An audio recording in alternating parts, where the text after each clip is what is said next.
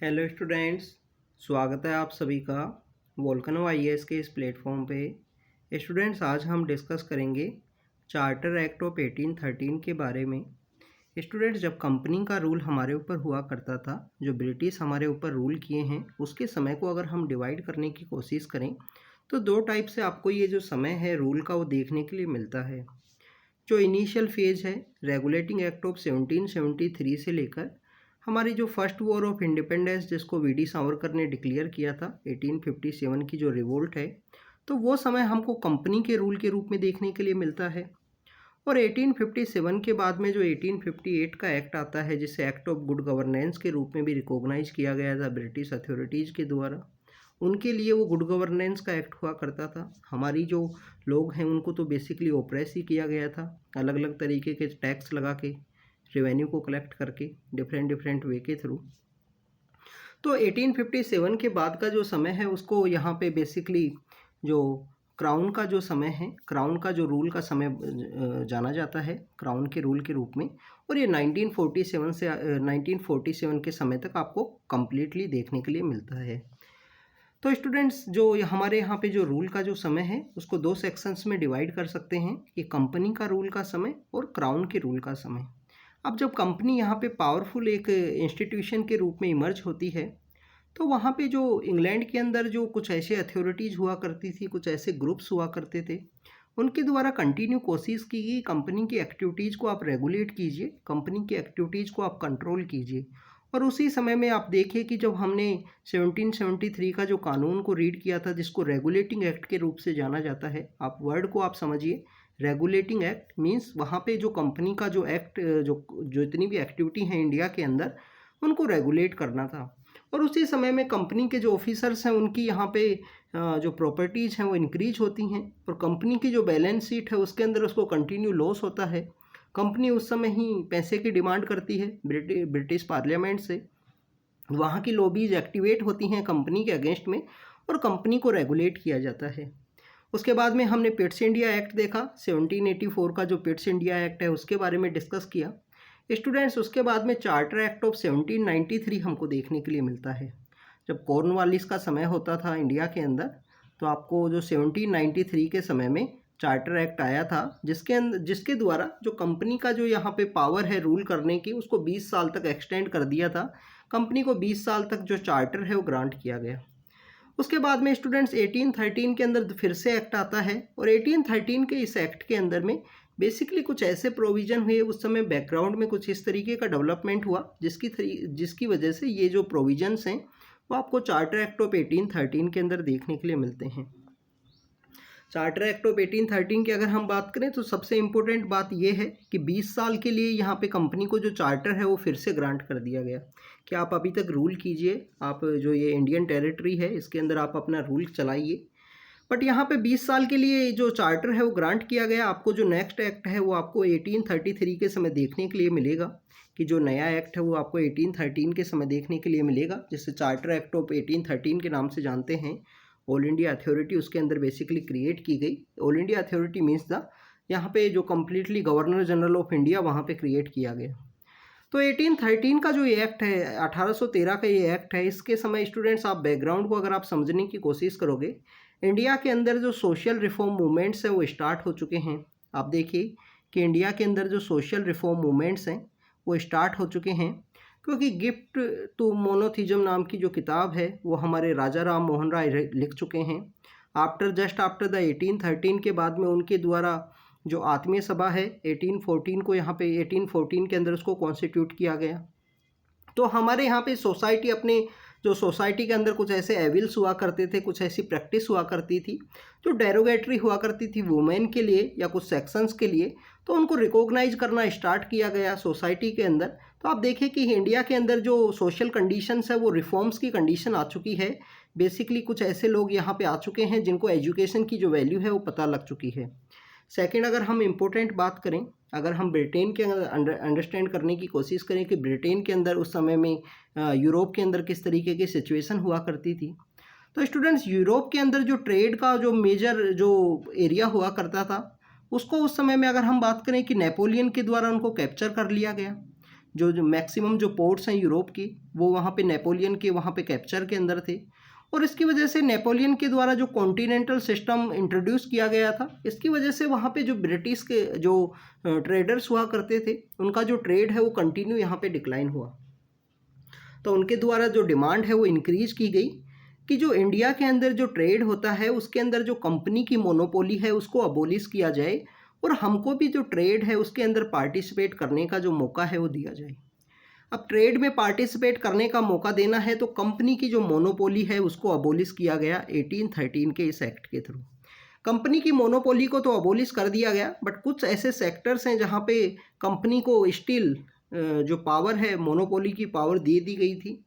वो बेसिकली अगर हम बात करें उन सेक्टर्स की, जो चाय का जो सेक्टर है, जो टी का जो सेक्टर है, जो आपको चाय के बागान इंडिया में देखने के लिए मिलते हैं, वो बेसिकली ब्रिटिश जो ऑफिसर्स हुआ करते थे, ब्रिटिश जो अथॉरिटीज़ हुआ करती थी, उनके द्वारा ही इंडिया में इंट्रोड्यूस किए गए थे। इसके अलावा चाइना से जो ट्रेड होता था उसको अलाउ किया गया कि कंपनी के द्वारा ही वहाँ पे मोनोपोली रहेगी। ओपियम के ट्रेड के रूप में भी आपको देखने के लिए मिलता है कि ओपियम का जो ट्रेड है उसमें भी अलाउ किया गया कंपनी की जो मोनोपोली है उसको। इसके अलावा इंडिया के अंदर अगर हम बात करें कि इंडियन अफेयर्स के अंदर जो कंपनी की जो मोनोपोली है उसको अबोलिश कर दिया गया। तो यहाँ पे जो ट्रेड है वो ओपन कर दिया गया कि आप, क्योंकि यूरोप के अंदर जो बेसिकली नेपोलियन के द्वारा जो पोर्ट्स हैं उनको कैप्चर कर लिया गया, जो ब्रिटिश जो ट्रेडर्स हुआ करते थे उनका यहाँ पे जो ट्रेड है वो डिक्लाइन हुआ है। तो डिक्लाइन होने के उनकी डिमांड की वजह से इस तरीके का जो प्रोविज़न है वो हमको देखने के लिए मिलता है। कंपनी की जो कंप्लीट मोनोपोली है उसको अबोलिश किया गया था, जिसमें चाय और चाइना का जो हिस्सा है, जो टी एंड चाइना का जो हिस्सा है उसको भी अबोलिश किया गया था। नेक्स्ट वाला जो चार्टर एक्ट आएगा 1833 के समय में, उस समय में कंप्लीट मोनोपोली यहाँ पे अबोलिश होती है कंपनी की। स्टूडेंट्स, इसके बिहाइंड में एक रीज़न और बताया जाता है कि कंपनी की जो मोनोपोली है वो अबोलिश करने के बिहाइंड में रीज़न ये है कि इंडिया के अंदर जो टेरिटरी है, इंडिया के अंदर जो कंपनी की जो टेरिटरी हुआ करती थी वो काफ़ी ज़्यादा एक्सटेंड हो चुकी थी, काफ़ी ज़्यादा एक्सटेंड इस तरीके से हो चुकी थी। आप देखिए कि जो मेजर हमारे यहाँ पे जो राज्य, जो किंगडम्स रूल किया करते थे, मैक्सिमम सभी किंगडम्स को कैप्चर कर लिया था कंपनी ने उस समय में। मराठास का जो समय बचा था, और अगर हम बात करें नॉर्दर्न इंडिया में जो पंजाब का जो रीजन है वहाँ पे जो सिख एम्पायर है वो आपको देखने के लिए मिलता है। उसके अलावा जो मेजर पावर हुआ करती थी उनको सभी को कैप्चर कर लिया गया था। मराठाज की भी अगर हम बात करें, मराठाज अपने सबसे डिक्लाइनिंग फेज में थे उस समय में अपने डिक्लाइनिंग फेज में होते हैं। उनका जो एम्पायर है वो कम्प्लीटली, उनके जो स्किलफुल रूलर हैं या जो शासक हैं वो नहीं वो आया करते थे उस समय में।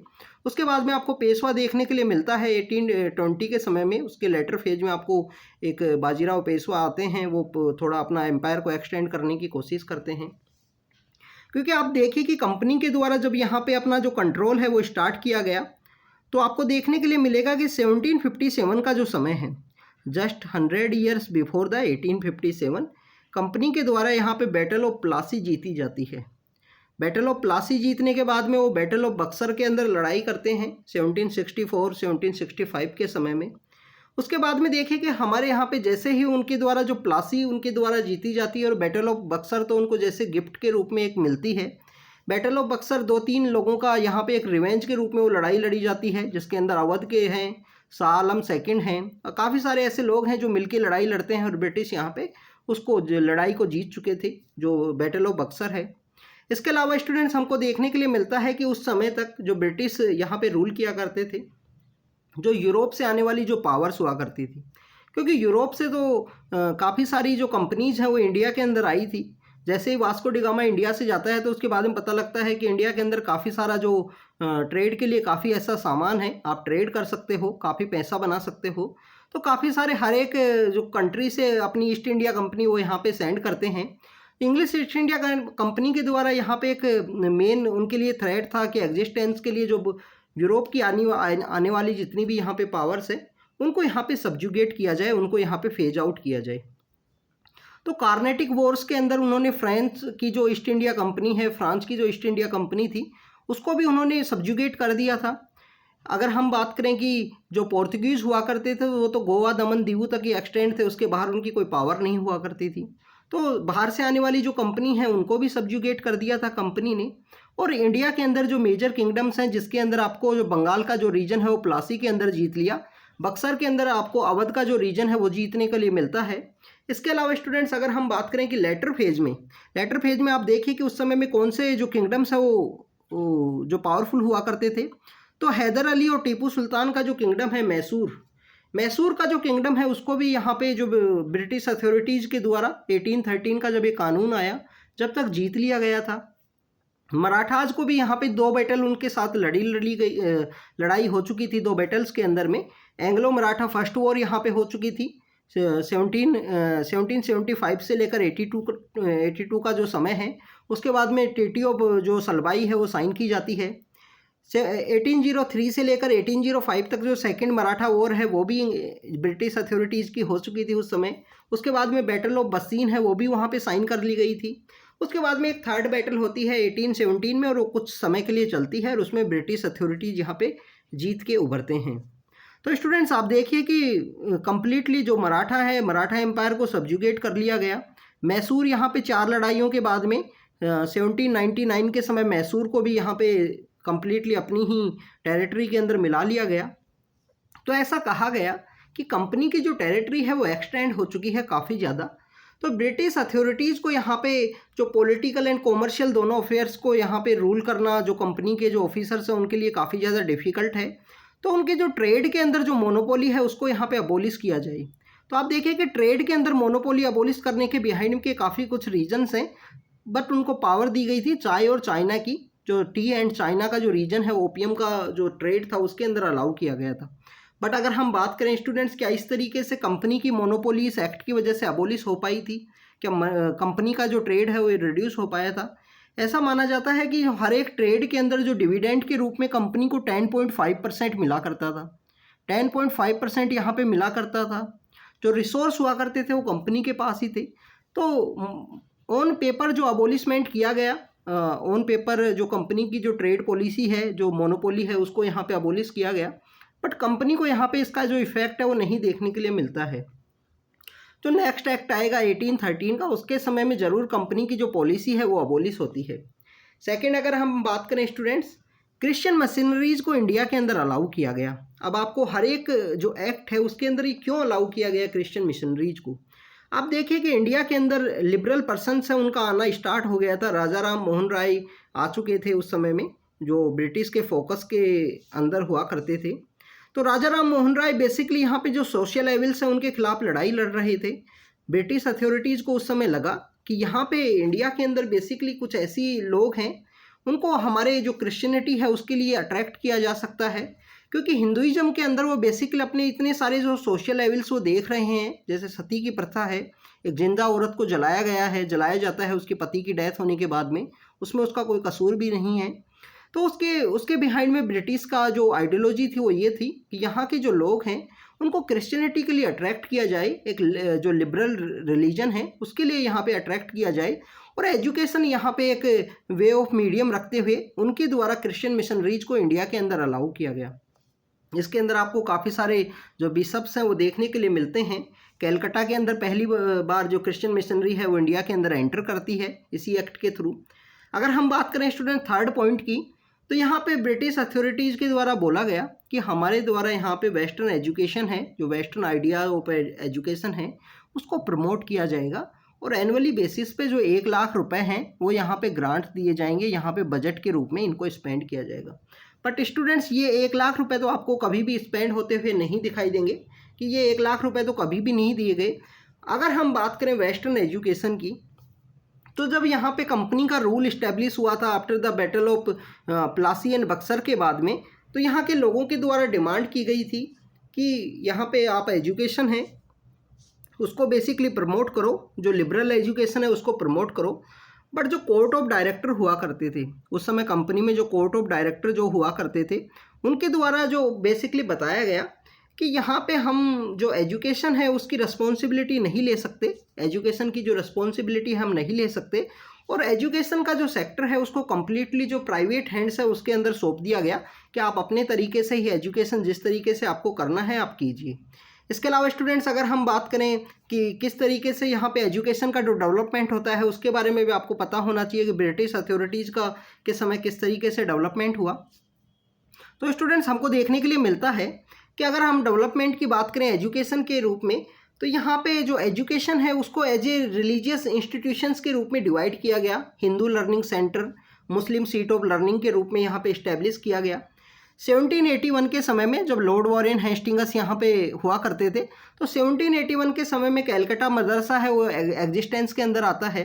इसके 10 ईयर के बाद में 1791 के समय में, जो 1791 का जो समय है, जोनाथन डंकन नाम के एक ब्रिटिश रेजिडेंट है वो बनारस के अंदर रहते हैं। बनारस के अंदर उनके द्वारा एक संस्कृत कॉलेज है वो ओपन की गई। तो इस तरीके के जो इनिशियल एजुकेशन इंस्टीट्यूशन है उनके बारे में हमको जानकारी मिलती है। इसके अलावा स्टूडेंट्स अगर हम बात करें कि 1800 का जो समय है, उसके समय में जो फोर्ट विलियम नाम की जो कॉलेज है वो यहाँ पे ओपन की गई थी। बेसिकली सिविल सर्वेंट्स को ट्रेनिंग के लिए यहाँ पे जो कॉलेज है उसको ओपन किया गया। बट उस कॉलेज के जो लोग हैं उनके द्वारा यहाँ पे एक इंग्लिश एंड हिंदी का जो एक डिक्शनरी है वो बना दी गई वहाँ के जो पढ़ने वाले जो स्टूडेंट हुआ करते थे उनके द्वारा। तो कोर्ट ऑफ डायरेक्टर्स ने इमीडिएटली उस जो फोर्ट विलियम कॉलेज है उसको यहाँ पे क्लोज करवाया 1802-1803 के समय में। इस एक्ट के बाद में, चार्टर एक्ट के बाद में, आपको एक एजुकेशन इंस्टीट्यूशन यहाँ देखने के लिए मिलता है। कैलकाटा के अंदर हिंदू कॉलेज ओपन की गई थी 1817 के समय में। 1817 के समय में कैलकाटा के अंदर जो हिंदू कॉलेज है वो after the charter act of 1813 के बाद में देखने के लिए मिलती है। इसके अलावा हम बात करें कि जो लोकल हमारे एजुकेशन के इंस्टीट्यूशंस हुआ करते थे, जिसमें संस्कृत कॉलेज है, तो संस्कृत कॉलेज के अगेंस्ट में राजा Ram Mohan Roy, after this act, राजा राम मोहन राय 1823 के समय में उस कॉलेज के खिलाफ में एक लेटर लिखते हैं। उस समय जो गवर्नर जनरल हुआ करते थे उनको, गवर्नर जनरल को लेटर के अंदर लिखते हैं कि संस्कृत कॉलेज है उसको प्रमोट करने की ज़रूरत नहीं है, क्योंकि संस्कृत कॉलेज बेसिकली यहाँ पे जो लोकल एजुकेशन है उसको प्रमोट किया करती थी। और लोकल एजुकेशन राजा राम मोहन राय के द्वारा माना जाता था कि अगर यहाँ के लोगों को लिबरल एजुकेशन नहीं दिया जाएगा, वेस्टर्न थॉट नहीं बताया जाएगा, तो यहाँ कंटिन्यू जो सोसाइटी के अंदर जो सोशल एविल्स हैं वो एग्जिस्टेंस में रहेंगे, लोग यहाँ पे लिबरल आइडियाज़ को अडॉप्ट नहीं कर पाएंगे। तो आप देखें कि इस तरीके का एजुकेशन का सिस्टम था। अगर हम बात करें कि मैग्ना कार्टा ऑफ एजुकेशन जो ब्रिटिश अथॉरिटीज़ के समय इंडिया के अंदर आता है, वो तो 1854 के समय आपको वुड्स डिस्पैच के रूप में देखने के लिए मिलता है कि वुड्स डिस्पैच 1854 के समय आया, उसको Magna carta of English education के रूप में जाना जाता है। मकोले का भी इससे पहले 1833 के बाद में मकोले का भी प्लान आता है। मकोले के द्वारा कौन सा इंस्ट्रक्शन रहेगा, कौन से मीडियम के अंदर पढ़ाई करनी है, उन सब के बारे में बताया गया। तो स्टूडेंट्स ये 3 जो प्रोविज़न है ये आपको पता होना चाहिए। ट्रेड की जो पॉलिसी है उसको अबोलिश किया गया, उसके अलावा जो चाय और चाइना के अंदर अलाउ किया गया। हमने ट्रेड के बिहाइंड का रीज़न देखा कि कंपनी की टेरिटरी एक्सटेंड हो चुकी थी। यूरोप के अंदर जो वहाँ पे इंग्लिश के जो ट्रेड से रिलेटेड जो लोग थे उनका जो ट्रेड है वो डिक्लाइन हो चुका था ड्यू टू द कॉन्टिनेंटियल जो यहाँ पे कॉन्सेप्ट लाया गया था या कॉन्टिनेंटियल सिस्टम लाया गया था नेपोलियन के द्वारा, तो उनको भी ट्रेड के अंदर हिस्सेदारी चाह रही थी। बट कंपनी को 10.5% का जो डिविडेंड है वो दिया गया हर एक ट्रेड की डील के अंदर में, तो कंपनी के ऊपर ज़्यादा इफेक्ट वो नहीं मिला। क्रिश्चियन मिशनरीज इस वजह से अलाउ की गई कि इंडिया के अंदर सोशियो इकोनॉमिक जो सोशल जो रिलीजियस रिफॉर्म्स है वो स्टार्ट हुए थे, तो कुछ ऐसे लोग जो क्रिश्चियनिटी के लिए यहाँ पे अट्रैक्ट हों। कुछ क्रिश्चियन मिशनरी ऐसी भी हैं जिन्होंने काफ़ी अच्छा वर्क किया एजुकेशन के related, but court of directors के द्वारा उनको क्लोज कर दिया गया, उनको रोक दिया गया। वेस्टर्न एजुकेशन की अगर हम बात करें, एनुअली 1 लाख रुपए देने की बात की गई थी, बट वो नहीं दिया जाता है एनुअली बेसिस पे। यहाँ पे अगर हम बात करें कि जो सोर्निटी है ब्रिटिश क्राउन की वो यहाँ पे एक्सटेंड की जाती है, उसको असर्ट करने की कोशिश की जाती है इस एक्ट के थ्रू।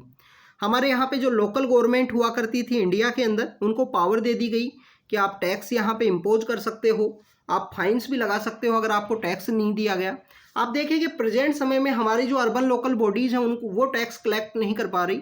अभी प्रेजेंट समय में सबसे बड़ा कंसर्न है फंड का, सबसे बड़ा कंसर्न है हमारी लोकल बॉडीज़ के लिए जो 73rd and 74th constitution amendment act के थ्रू उनको कॉन्स्टिट्यूशनल स्टेटस है वो भी दे दिया गया है। बट अगर हम बात करें कि 1813 के समय में जो ब्रिटिश अथॉरिटीज़ हैं उनके द्वारा जो टैक्स कलेक्शन की जो पावर है वो दे दी गई लोकल अथॉरिटीज़ को कि आप यहाँ पे टैक्स है वो कलेक्ट कीजिए, तो कितना ओप्रेसिव जो सिस्टम है वो आपको देखने के लिए मिलता है। इवन आप फाइन्स भी इम्पोज कीजिए। तो इस तरीके के कुछ प्रोविज़न है जो 1813 के इस कानून के अंदर हमको देखने के लिए मिलते हैं। अगर हम इसके मेजर आउटकम्स की बात करें तो एजुकेशन के अंदर काफ़ी अच्छा रिफॉर्म इसके बाद में होना स्टार्ट होता है, कुछ इंस्टीट्यूशंस डेवलप होते हैं। बट जो मेजर चेंजेज आएंगे वो आपको 1850 के समय देखने के लिए मिलेंगे। सोशल रिफॉर्म मूवमेंट्स का रूप में भी आपको देखें कि बाद में जो रिवाइवलिस्टिक मूवमेंट भी देखने के लिए मिलेंगे, जो हिंदुइज्म की जो बेटर थिंग्स हैं उनको रिवाइवल करेंगे in the later phase of 19th century. तो स्टूडेंट्स यह हमारा चार्टर एक्ट ऑफ 1813 के बारे में कुछ डिस्कशन था। नेक्स्ट लेक्चर में हम चार्टर एक्ट ऑफ 1833 के बाद में डिस्कस करते हैं, तो आप बने रहिए हमारे साथ। Thank you students, thank you very much.